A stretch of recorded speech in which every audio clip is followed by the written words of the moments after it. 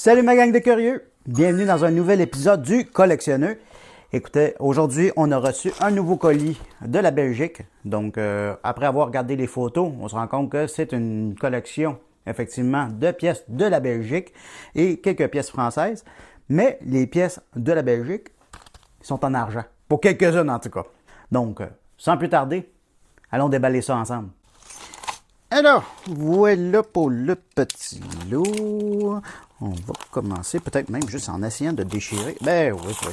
Ah, donc tout a été mis dans le même sac. Effectivement, il y avait genre 2 lots de pièces. Checker ça.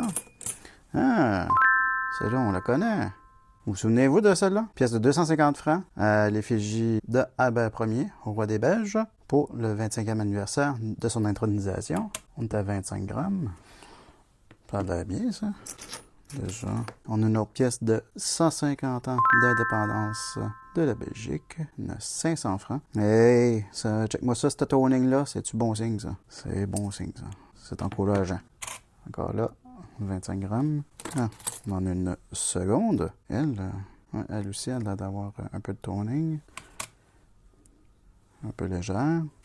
Bon, là, je me permets une petite intervention parce que dans le fond, ben, c'est mes vidéos, fait que j'ai le droit. Je me suis rendu compte après coup que ces pièces-là, ben, il y en a qui sont plaquées argent, puis il y en a qui sont pas. Il y en a qui sont à 510 millièmes en argent, ce qui change la donne. Parce que les autres, finalement, ça se retrouve à être à peu près à 13% parce que c'est un plaquage, quoi. Mais un plaquage assez dense. Fait que je me suis dit, comment qu'on fait pour essayer de déterminer quelle pièce est la bonne? Est-ce qu'on a une pièce qui est en argent à moitié ou qui est plaquée? Fait que j'ai fouillé un peu et il se trouve qu'il y a un test assez simple à faire avec une ficelle, une tasse et une balance. Fait qu'on va essayer ça. En fait, ce test-là, c'est un test de densité. Et dépendamment du poids que la pièce va avoir dans l'eau, ben, ça va nous déterminer quel genre de métal on a à faire. Pour être capable de faire ça, ça va être tout simple. Ce qu'on va faire, c'est qu'on va prendre le poids de la pièce initiale et on va le diviser par le poids de la pièce une fois qu'elle est dans l'eau. Donc, une fois qu'on fait cette division-là, ben, on va tomber sur un chiffre fractionnaire qui va être plus ou moins gros. Plus que le chiffre est gros, plus que c'est un métal précieux. Une pièce qui va être en aluminium va avoir un rapport de 2,70, une pièce en zinc de 7,13, une pièce en fer de 7,87, une pièce de nickel ou de cuivre va avoir un rapport de 8,9, une pièce en argent de 10,49 et une pièce en or de 19,32. Bien sûr, on essaie de se rapprocher le plus possible de ces chiffres-là, mais des fois, on se retrouve avec des qualités moindres, donc, et peut-être même qu'il va y avoir des erreurs de calcul. Donc, on essaie de se rendre le plus proche possible de ces chiffres-là, puis ça nous donne une meilleure idée à ce moment-là, quand il n'y a pas d'autre moyen, pour déterminer quelle est la nature de la pièce. Comme vous avez vu, ce qu'on fait est assez simple. On calcule le poids initial de la pièce. Ensuite, sur la balance, on met un récipient rempli d'eau et on remet la balance à zéro. Ensuite, on attache la pièce avec une ficelle. On l'immerge entièrement dans l'eau sans qu'elle touche aux surfaces du récipient. Sinon, ça va changer tous les chiffres. Ici, vous remarquez que le premier chiffre noté est 281. En fait, le chiffre est 2,81, sauf que j'ai simplement retiré la virgule pour simplifier l'étape suivante. Voici le site de Numistop. C'est un site auquel je me réfère beaucoup. Pour ceux qui ne connaîtraient pas le site, ben, ils ont un catalogue et des informations diverses sur les pièces qui est réellement superbe et c'est hyper pertinent de faire ces recherches là-dessus. Donc, je vous invite à utiliser ce catalogue-là qui est gratuit en plus. Donc, c'est super le fun. Sur Numista, il y a même un outil qui est fort sympa qu'on peut utiliser et qui offre un tutoriel similaire à ce que je suis en train de vous expliquer pour vérifier la densité des pièces. Il permet de faire la division et présente visuellement le résultat du calcul. Donc, pour la division, ce qu'on va faire, c'est dans le cas de la 150 francs en français, qui a un poids de 25,12 et l'autre chiffre qu'on a calculé, c'est 2,81. Ben, pour faciliter le calcul par l'outil, on doit retirer les virgules. Donc, 25,12 devient 2512 et 2,81 devient 281. Dans le cas de la pièce de 150 francs en flamand, qui a un poids de 24,9, ben, on va simplement ajouter un 0 à la fin du chiffre, ce qui va donner 2490. Et en un instant, ben, le calcul se fait et on se rend compte que la petite barre rouge se colle sur l'indication que c'est une pièce en nickel ou en cuivre. Donc, après coup, je me suis rendu compte qu'il y avait un forum sur Numista où les gens ils discutent autour des différentes questions qu'ils ont concernant les différentes pièces. Et par rapport à la pièce de 150 francs, ben, il y a plusieurs discussions qui ont lieu par rapport à justement l'identification des pièces, à dire est-ce qu'elles sont plaquées ou elles sont en argent. Donc, les différents intervenants, ils parlaient de la complexité, en fait, de différencier les pièces en argent et celles plaquées en argent. En fait, une des recommandations, c'était de faire le test de densité, donc ce qu'on vient de faire, mais aussi de regarder la tranche. En fait, en regardant attentivement la tranche d'une pièce plaquée, bien, on voit parfois clairement les marques de ce plaquage. Et bien, dans cette pièce-ci, ça nous semble évident, c'est tout con, mais il suffit de regarder. Ben moi, quand j'ai vu ça, cette pièce-là, au début, j'avais vu la tranche, je m'étais dit, ah, ben c'est peut-être un défaut de fabrication, ou c'est la pièce qui a terni, mais d'une manière étrange. Mais non, il se révèle que non, c'est le plaquage et les marques de ce plaquage-là. 5 écus de 1987. Belgique, encore une fois. Charles, c'est quoi, c'est Charles V, Charles Quint. Et ça, il y a d'en avoir 2. 87 tous les deux. 22, oh, ça c'est 20, c'est 23. On va les revérifier par la suite. Super bien. Ah, une nouvelle. Ben, une seconde nouvelle, parce que celle-là non plus, on ne l'avait pas eu avant. Une 500 francs de 1991. 91, c'est toujours Albert Ier, ça?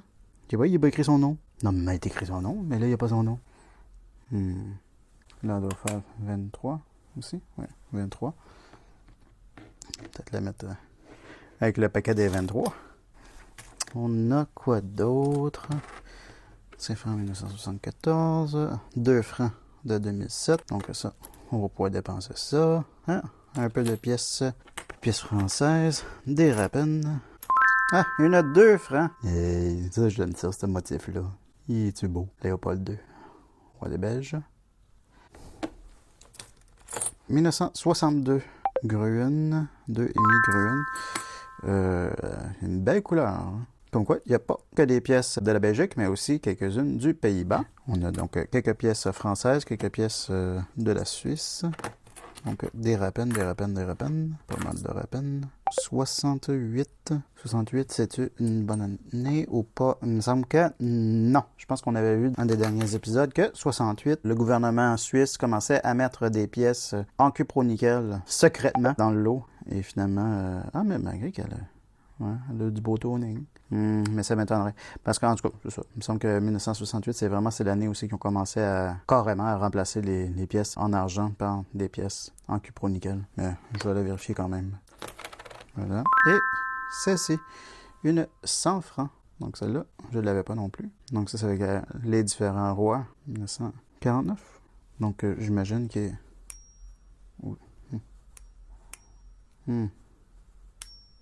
C'est juste parce que j'arrive pas à la cogner ou... On va vérifier. Mais déjà, pour un petit lot, si j'ai quelques-unes de ces pièces-là qui sont des vraies pièces, ben à ce moment-là, on s'en tire pas trop mal. Donc, je fais mes vérifications, puis on regarde ça. Alright, à tout de suite. Alors voilà, en fin de lot, voilà ce avec quoi on se ramasse. Quelques pièces en argent et quelques pièces qui ne sont pas. Bien entendu, ces deux-ci, après vérification, ben, on se rend compte que c'est des pièces qui sont plaquées en argent. Donc voilà, c'est pas plus mal. Le lot ne m'avait pas coûté trop cher, donc c'est absorbé. Et sinon, ben, on se retrouve avec quand même des pièces qui sont intéressantes, des hommages aux écus des années 80, donc avec l'effigie de Charles V, Charles Quint. Quelques pièces qu'on a revisitées, donc bien entendu la pièce du 25e anniversaire, celle du 40e anniversaire, donc celle-ci qui est une pièce de 500 francs du 40e anniversaire de l'intronisation de Charles, pardon, pas Charles, mais de Albert Ier, Albert Baudouin Ier, donc en 1991. Donc pas mal.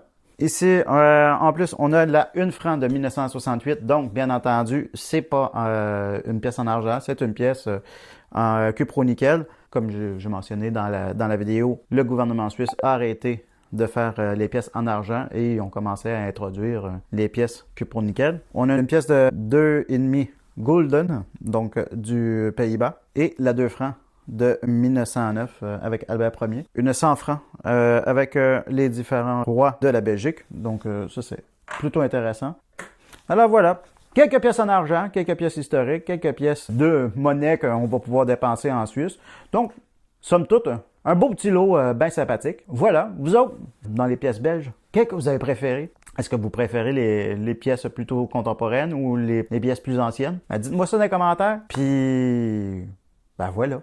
Ça va être tout pour aujourd'hui. Merci la gang d'être là. Merci d'avoir écouté la vidéo. Si vous êtes rendu jusque-là, en plus, c'est super. N'oubliez pas, laissez un petit commentaire, faites un petit pouce, abonnez-vous. Tout ça, ça fait un grand plaisir. Puis, donnez-moi des nouvelles. Me dire comment que ça va et tout. Si vous avez fait des belles découvertes, vous, de votre côté. Moi, toujours bien content d'en apprendre plus avec vous autres. Donc, ça étant dit, ben, restez curieux, mes chums. Soyez heureux, puis à bientôt. Tourlou.